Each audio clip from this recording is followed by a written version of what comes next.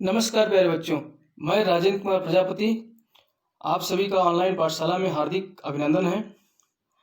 आज हम लोग सामाजिक विज्ञान कक्षा 10 जो कि समकालीन भारत 2 के नाम से पुस्तक है, इसका अध्याय 4 जो द्वितीय पार्ट है इसे हम करेंगे। इसके पहले हम लोगों ने पार्ट 1 किया था, आज हम लोग पार्ट 2 करेंगे।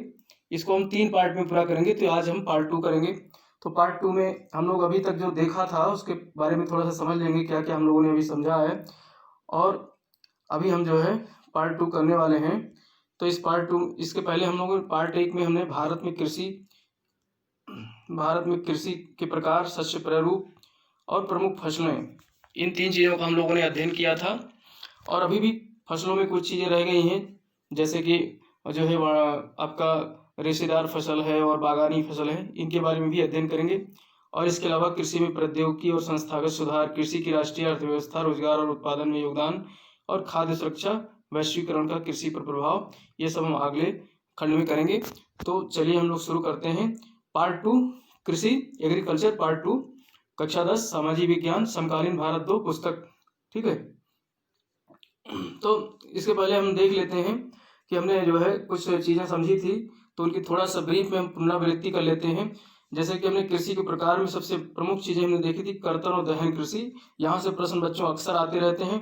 तो झूम कृषि को जो है किस किस नाम से कहाँ पे जाना जाता है, कर्तन दहन कृषि को, जैसे उत्तर पूर्वी राज्यों में अर्थात असम, मेघालय, मिजोरम और नागालैंड, इन राज्यों में इसे झूम कहा जाता है।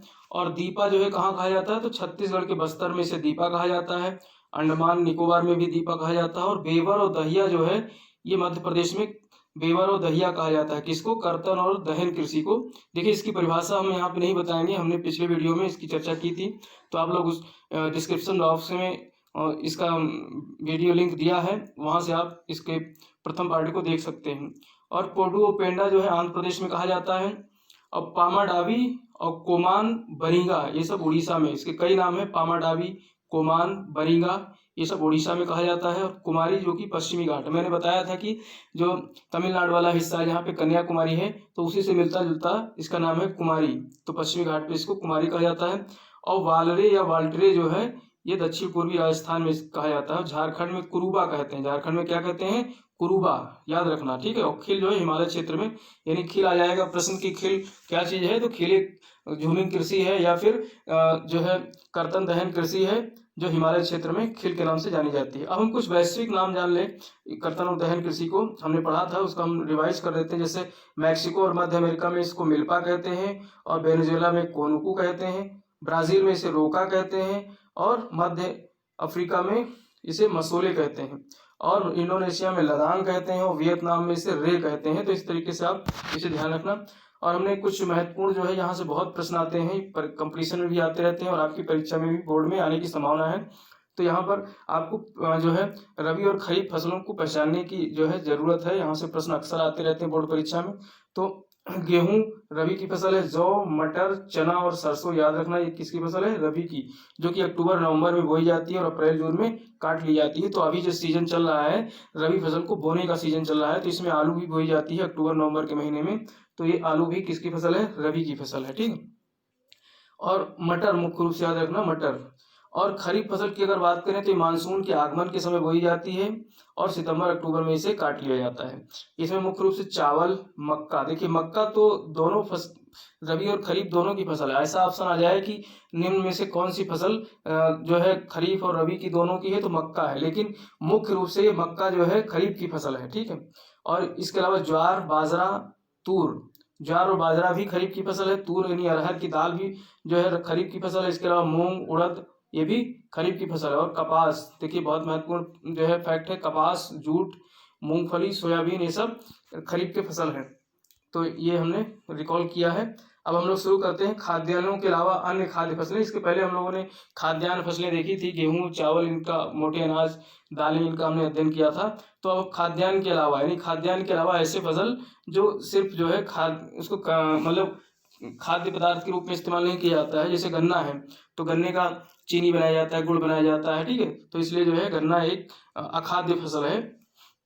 तो गन्ने के बारे में हम देखते हैं। गन्ना एक उष्ण और उपोष्णकटिबंधीय फसल है। कैसी फसल है? उष्ण और उपोष्णकटिबंधीय फसल है। ठीक, तो ध्यान रखना। और इस फसल के लिए जो है 21 डिग्री सेल्सियस से 27 डिग्री सेल्सियस तापमान होना चाहिए। तापमान कितना होना चाहिए? 21 से 27। और वर्षा 75 से 100 सेंटीमीटर वार्षिक वर्षा होनी चाहिए। और जलवायु कैसी होनी चाहिए? उष्ण और आर्द्र जलवायु होनी चाहिए। ठीक, और कम वर्षा वाले प्रदेशों में सिंचाई की आवश्यकता होती है। जैसे कि अभी पंजाब वगैरह में भी गन्ने की खेती की जाती है, तो वहाँ कम वर्षा होने के कारण सिंचाई से भी गन्ने की खेती की जाती है। इसे अनेक मिट्टियों में उगाया जा सकता है तथा इसकी बुआई के लिए से लेकर कटाई तक काफी शारीरिक श्रम की आवश्यकता होती है, क्योंकि ये जो है श्रम प्रधान कृषि है। इसमें जो है गन्ने की खेती के लिए श्रम की आवश्यकता होती है, लेबर्स की आवश्यकता ज्यादा होती है। और एक फैक्ट और है, ब्राजील के बाद भारत गन्ने का दूसरा सबसे बड़ा उत्पादक देश है। यानी ब्राजील सबसे बड़ा उत्पादक देश है गन्ने में, और उसके बाद भारत दूसरे नंबर पे है। और ये इससे जो है चीनी, गुड़, खांडसारी और सीरा बनाने के काम में आता है क्या? गन्ना। और उत्तर प्रदेश, महाराष्ट्र, कर्नाटक, तमिलनाडु, आंध्र प्रदेश, तेलंगाना, बिहार, पंजाब और हरियाणा गन्ना के मुख्य उत्पादक राज्य हैं। तो सबसे बड़ा उत्पादक राज्य तो वैसे उत्तर प्रदेश है, लेकिन अगर इसका हम और राज्यों की बात करें तो महाराष्ट्र, कर्नाटक, तमिलनाडु ये बिल्कुल सीरियल से हैं। तो इन्हें ध्यान रखना कि उत्तर प्रदेश, महाराष्ट्र, कर्नाटक और तमिलनाडु, साथ में आंध्र प्रदेश और तेलंगाना, ये सब गन्ना उत्पादक राज्य हैं। बिहार, पंजाब, हरियाणा, जैसा कि हमने बताया है। अब हम लोग देखते हैं और तिलहन के बारे में। तिलहन 2015 में भारत विश्व में चीन के बाद दूसरा बड़ा तिलहन उत्पादक देश था। यानी चीन सबसे बड़ा तिलहन उत्पादक देश है और भारत विश्व का दूसरा सबसे बड़ा तिलहन उत्पादक देश है। 2015 के आंकड़े के अनुसार आज भी यही स्थिति है। और सन 2015 में तोरिया के उत्पादन में भारत का विश्व में कनाडा और चीन के बाद तीसरा स्थान था। तोरिया भी एक तिलहन जो है तो इसमें भारत का तीसरा स्थान है। पहले स्थान पे कनाडा है, दूसरे स्थान पे चीन है, तीसरे नंबर पे भारत है। कुल बोए गए क्षेत्र के 12% भाग पर कई तिलहन की फसलें उगाई जाती हैं। ठीक है, 12% भाग, कुल बोए गए क्षेत्र के कितने प्रतिशत भाग पर तिलहन की खेती की जाती है? तो ये ध्यान रखने की बात है, 12% भूभाग पर। और इसमें सरसों, मूंगफली, नारियल, इसमें जो है सरसों और मूंग, एक सेकंड, इसमें कौन कौन से मुख्य फसल हैं जो है तिलहन के? तो मूंगफली है, सरसों है, नारियल है, तिल है, सोयाबीन है, अरंडी, बिनौला, अलसी और सूरजमुखी, ये सब भारत में उगाई जाने वाली प्रमुख जो है खाद्यान्न तेल हैं। इनसे तिलहन की फसलें हैं। इनमें से अधिकतर खाद्य और खाना बनाने में प्रयोग किए जाते हैं, जिनमें से अधिकतर खाना बनाने के प्रयोग में आते हैं। लेकिन इनमें से कुछ तेल के बीजों को साबुन, प्रसाधन यानी श्रृंगार का सामान, उपटन उद्योग में कच्चे माल के रूप में प्रयोग किया जाता है। जैसे कि अरंडी का तेल है, तो अरंडी का तेल जो है ये प्रसाधन वगैरह, साबुन वगैरह बनाने में इसका प्रयोग किया जाता है। ठीक, और जबकि सरसों, मूंगफली, नारियल, तिल, सोयाबीन, ये सब क्या है? खाद्य तेल है, इनसे बनाया जाता है। और देखिए एक फैक्ट और है कि मूंगफली जो है खरीफ की फसल है। आप ध्यान रखना, मूंगफली किसकी फसल है? खरीफ की फसल है, जो कि जो है मानसून के काल में, मानसून के आगमन के समय बोया जाता है और सितंबर अक्टूबर में काट लिया जाता है। ये देश में मुख्य रूप से तथा देश में मुख्य तिलहनों के कुल उत्पादन का आधा भाग मूंगफली का ही है। देखिए सबसे बड़ा खाद्यान्न है तिलहन का, यानी सबसे बड़ा फसल है तिलहन में, वो कौन सा है? मूंगफली है। सबसे आधा भाग लगभग मूंगफली का जो है तिलहन उत्पादन में आधा भाग है, ध्यान रखना, प्राप्त होता है। और गुजरात, राजस्थान, तमिलनाडु और महाराष्ट्र मूंगफली के मुख्य उत्पादक राज्य हैं। अगर राज्यों की बात करें तो मूंगफली कहाँ उत्पादित होता है? गुजरात में, राजस्थान में, तमिलनाडु में, महाराष्ट्र में। ठीक, गुजरात, राजस्थान, तमिलनाडु, महाराष्ट्र, ये ध्यान रखना। ये वाले हिस्से जो है, ये वाले खास करके इधर का हिस्सा, ये पूरा मूंगफली उत्पादक क्षेत्र है। और अलसी और सरसों रबी की फसलें हैं। अलसी और सरसों किसकी फसलें हैं? रबी की। मूंगफली खरीफ की फसल है और अलसी और जो है किसकी फसल है? जो है ये रबी की फसल है। अलसी और सरसों किसकी फसल है? तो ये रबी की फसल है। तो ये आप ध्यान रखना।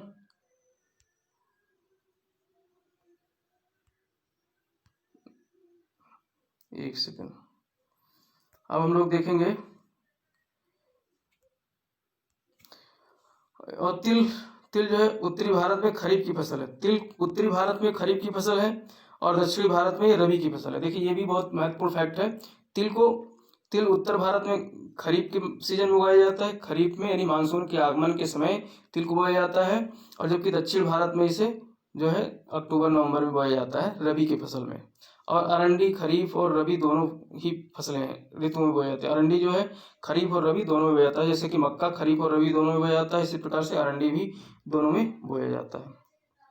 अब हम लोग यहाँ पे आप देख सकते हैं, चित्र में जो है, चित्र देखते चलिए। ये चित्र है मैदान में कटाई के लिए तैयार मूंगफली, सरसों और जो है सूरजमुखी का फूल जो है, ये है मूंगफली की फसल और ये है सूरजमुखी और ये सरसों की फसल है, तो इसे आप ध्यान रखना। अब हम चाय की बात करेंगे। देखिए, चाय की खेती रोपण कृषि कहलाती है। ये एक रोपण कृषि है। चाय कैसी कृषि है? रोपण कृषि है। ये एक महत्वपूर्ण पेय पदार्थ है। ये पेय फसल है जिसे शुरुआत करने में अंग्रेज जो है, इसको भारत में इन्होंने शुरुआत किया था। यानी चाय की खेती किसने शुरू की थी? तो अंग्रेजों ने शुरू की थी। और चाय का पौधा उष्ण और उपोष्ण कटिबंधीय जलवायु, उष्ण और उपोष्ण कटिबंधीय जलवायु का चाय का पौधा, जैसे कि गन्ना उष्ण और उपोष्ण कटिबंधीय पौधा है, ऐसे ही चाय भी ह्यूमस और जीवांश युक्त गहरी मिट्टी तथा सुगम जल निकास वाले ढलवा क्षेत्रों में भली भांत उगाया जाता है। इसे किसको? चाय को। यानी ढलवा युक्त जो है, जिसमें पानी का बहाव बना रहे, पानी एकदम जड़ों में भरा न रहे, पानी अधिक चाहिए लेकिन पानी कैसा चाहिए? फ्लो वाला पानी चाहिए। नम और पाला रहित जलवायु की आवश्यकता होती है, यानी जलवायु कोष्ण और नम हो वर्ष भर, और पाला भी नहीं पड़नी चाहिए। पाला जो है चाय की फसलों को मार देता है। ठीक, वर्ष भर समान रूप से होने वाली वर्षा की बौछारें इसकी कोमल पत्तियों के लिए विकास में सहायक होती है। यानी बौछार वाली वर्षा, इसके लिए बहुत तीव्र वर्षा नहीं, बौछार वाली वर्षा जो है चाय की पत्तियों के लिए बहुत फायदेमंद होती है।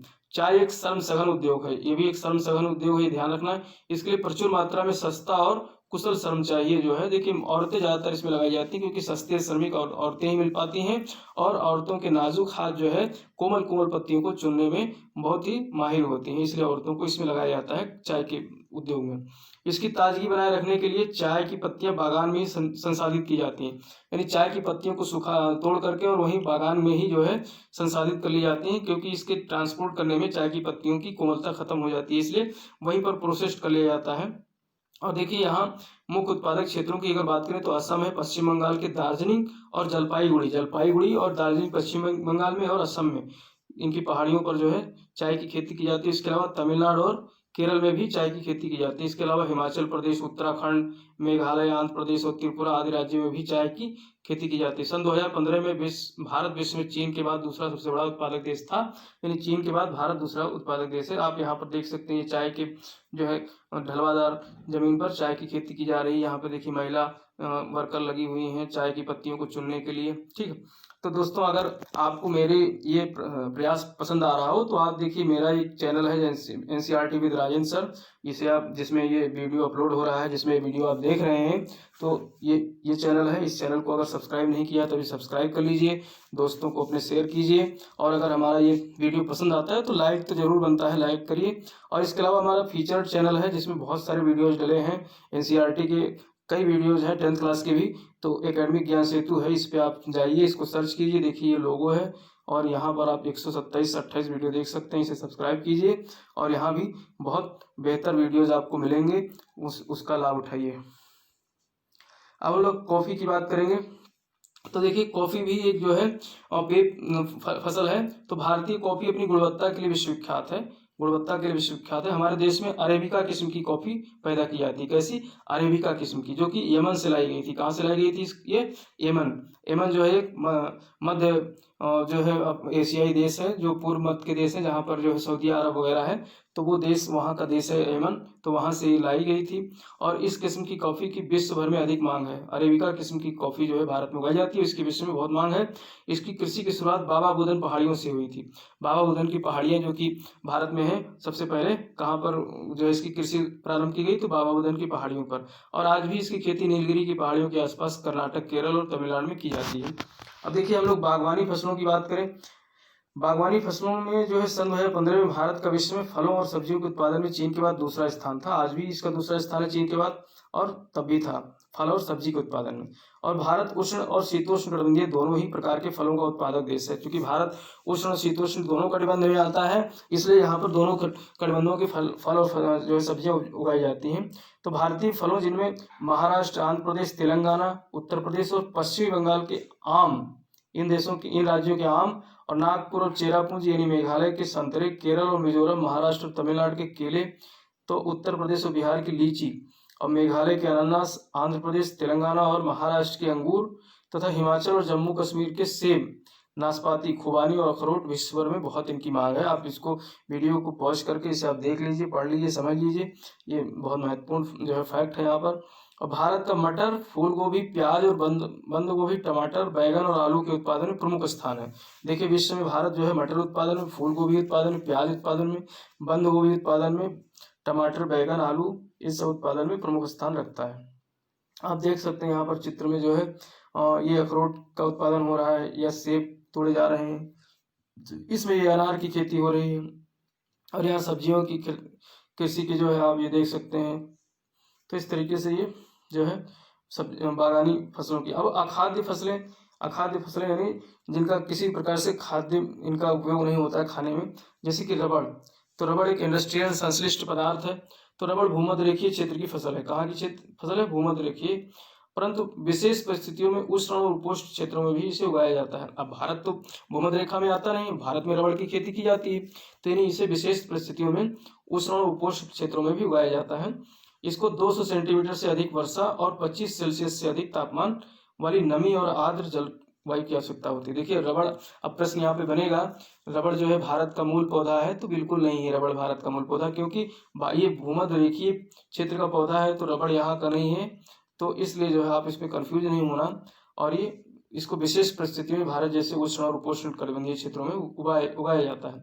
और इसको 200 सेंटीमीटर से अधिक वर्षा और 25 सेंटीमीटर से अधिक तापमान चाहिए, यानी गन्ने से भी अधिक इसको पानी की आवश्यकता है और तापमान की भी आवश्यकता है। नमी और आर्द्र वाली जलवायु इसको बहुत महत्वपूर्ण है। रबड़ एक महत्वपूर्ण कच्चा माल है। देखिए कच्चा माल है, उद्योगों में इसका प्रयोग होता है।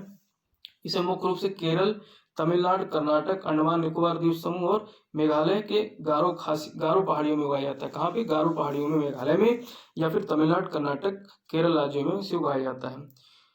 अब हम लोग यहाँ पर रेशेदार फसलों की बात करेंगे। तो रेशेदार फसलों में जो है कपास, जूट, सन और प्राकृतिक रेशम, ये भारत में उगाई जाने वाली 4 प्रमुख रेशेदार फसल हैं। ठीक है, जिसमें पहली 3 मिट्टी में फसल उगाने से प्राप्त होती है। कपास, जूट, सन इसको मिट्टी में उगाते हैं, जबकि चौथा जो कि रेशम कीड़े के कोकून से प्राप्त होता है। अब इसमें क्या होता है, रेशम जमीन पे नहीं इसको उत्पादन किया था। इसमें जो है रेशम की जो है उसके पौधे होते हैं, मलबरी के या सहतूत के कह सकते हो। तो सहतूत के पौधों पर इनका पालन किया जाता है, कीड़ों का, रेशम के। तो ये कीड़े कोकून से प्राप्त होते हैं, जो मलबरी पेड़ की हरी पत्तियां पर पलता है। मलबरी यानी कि जो है जो इसके सहतूत की हरी पत्तियों पर इनका पालन पोषण होता है। किसका? रेशम के कीड़ों का। रेशम उत्पादन के लिए रेशम के कीड़ों का पालन रेशम उत्पादन कहलाता है। अब इसके लिए एक सेरीकल्चर शब्द आया है।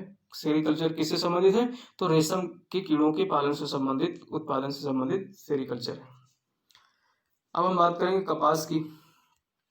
तो कपास को भारत के पौधे का मूल स्थान माना जाता है। देखिए यहाँ पर ये फैक्ट आता है, हमेशा सिविल की परीक्षाओं में भी आता है और बोर्ड की परीक्षाओं में भी आता है। तो कपास कहाँ का मूल पौधा है? तो भारत का मूल पौधा है कपास। ठीक है, क्योंकि आप देखोगे सिंधु घाटी सभ्यता यानी सिंडन सभ्यता या सिंध इसी से संबंधित है कपास से ही। तो वहां से जो है भारत में इसको मूल स्थान प्राप्त हुआ है सिंधु सभ्यता से ही। सूती कपड़ा उद्योग में कपास का एक प्रमुख जो है कच्चा माल है सूती वस्त्र उद्योग के लिए। कपास उत्पादन में भारत का विश्व में 3रा स्थान है। कौन सा स्थान है? 3रा स्थान है।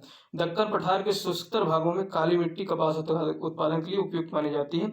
काली मिट्टी यानी कि कपास उत्पादन के लिए बहुत महत्वपूर्ण है। इस फसल को उगाने के लिए उच्च तापमान अधिक होना चाहिए, हल्की वर्षा होनी चाहिए, या फिर सिंचाई भी इसके लिए जो है काफी है। और 210 पाला रहित दिन, अब दिनों की संख्या, पाला रहित दिन कितने होने चाहिए? 210, यह ध्यान रखना, कितने? 210 पाला रहित दिन। और खिली धूप की आवश्यकता होती है, धूप खिली होनी चाहिए, बढ़िया खुली हुई धूप होनी चाहिए। ये खरीफ की फसल है। अब देखिए कपास किसकी फसल है? खरीफ की है, रबी की नहीं है। और इसे पककर तैयार होने में 6 से 8 महीने समय लगते हैं। अब इसका उत्पादन कहाँ होता है? महाराष्ट्र, गुजरात, काली मिट्टी वाले क्षेत्र, मध्य प्रदेश, कर्नाटक, आंध्र प्रदेश, तेलंगाना, तमिलनाडु, पंजाब, हरियाणा, उत्तर प्रदेश, ये सब कपास के मुख्य उत्पादक राज्य हैं। आप देख सकते हो कपास के बिनौले लगे हुए हैं। तो कपास की खेती इसी प्रकार से की जाती है। सॉरी। अब हम जूट की बात करेंगे। तो जूट जो है इसको सुनहरा रेशा भी कहा जाता है, नहीं गोल्डन फाइबर भी कहा जाता है जूट को। जूट को क्या कहा जाता है? सुनहरा रेशा या गोल्डन फाइबर कहा जाता है। तो जूट की फसल बाढ़ के मैदानों में जल निकास वाली उर्वरक मिट्टी में उगाई जाती है, यानी पानी की अधिक आवश्यकता होती है। पानी खेतों में भरे हो लेकिन जल निकास की व्यवस्था अच्छी होनी चाहिए, तो वहां पर उगाई जाती है। जहां हर वर्ष बाढ़ से आई हुई नई मिट्टी जमा होती रहती है। बाढ़ वाले क्षेत्रों में जूट का उत्पादन होता है। इसके बढ़ने के समय उच्च तापमान की आवश्यकता होती है और इसका जो क्षेत्र है वो पश्चिम बंगाल, बिहार, असम, उड़ीसा, ये सब जूट के प्रमुख उत्पादक क्षेत्र हैं। मेघालय भी है इसमें से। और इसका प्रयोग बोरियां है, चटाई है, रस्सी, तंतु और धागे बनाने, गलीचे और दूसरी दस्तकारी की वस्तुएं बनाने में किया जाता है। इसकी उच्च लागत के कारण और कृत्रिम रेशों और पैकिंग सामग्री विशेषकर नायलॉन की कीमत कम होने के कारण बाजार में इसकी मांग कम हो रही है। देखिए अब इसके जो है प्रतिस्पर्धात्मक इसके जो है जो कृत्रिम रेशे हैं उनसे इस नेचुरल रेशे की, जूट की जो है प्रतिस्पर्धा हो रही है। अब नायलॉन जो है ये सस्ते मिल जाता है, नायलॉन की बनी हुई बोरियां सस्ते में आने लगी हैं।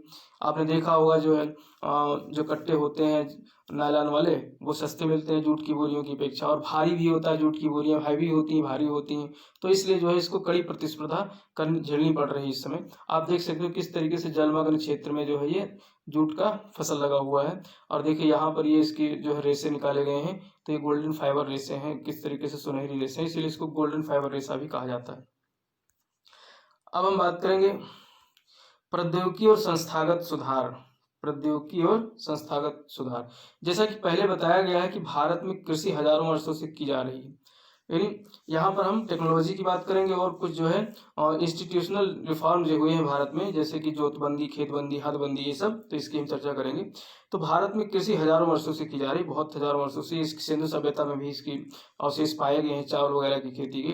परंतु प्रौद्योगिकी और संस्थागत परिवर्तन के अभाव में लगातार भूमि संसाधन के प्रयोग से कृषि का विकास अवरुद्ध हो जाता है। लेकिन हमारे देश में हमेशा जो है टेक्नोलॉजिकल जो है ड्रॉबैक रहा है, संस्थागत परिवर्तन का अभाव रहा है, जिसके कारण जो है कृषि का विकास काफी अवरुद्ध रहा है तथा इसकी गति मंद हो जाती है। ठीक है, इसके कारण सिंचाई के साधनों का विकास होने के उपरांत भी देश के एक बहुत बड़े भाग में अभी भी किसान खेती बाड़ी के लिए मानसून और भूमि की प्राकृतिक उर्वरता पर निर्भर है। यानी कि अभी सिंचाई वगैरह की व्यवस्था अच्छी हो गई है, लेकिन फिर भी किसान मानसून की जो है मानसून पर इनकी निर्भरता अभी भी बनी हुई है। बढ़ती हुई जनसंख्या के लिए यह एक महत्वपूर्ण चुनौती है। और सबसे बड़ी दिक्कत क्या है कि भारत की जनसंख्या तेजी से बढ़ रही है, इसलिए जोत के आकार छोटे होते जा रहे हैं।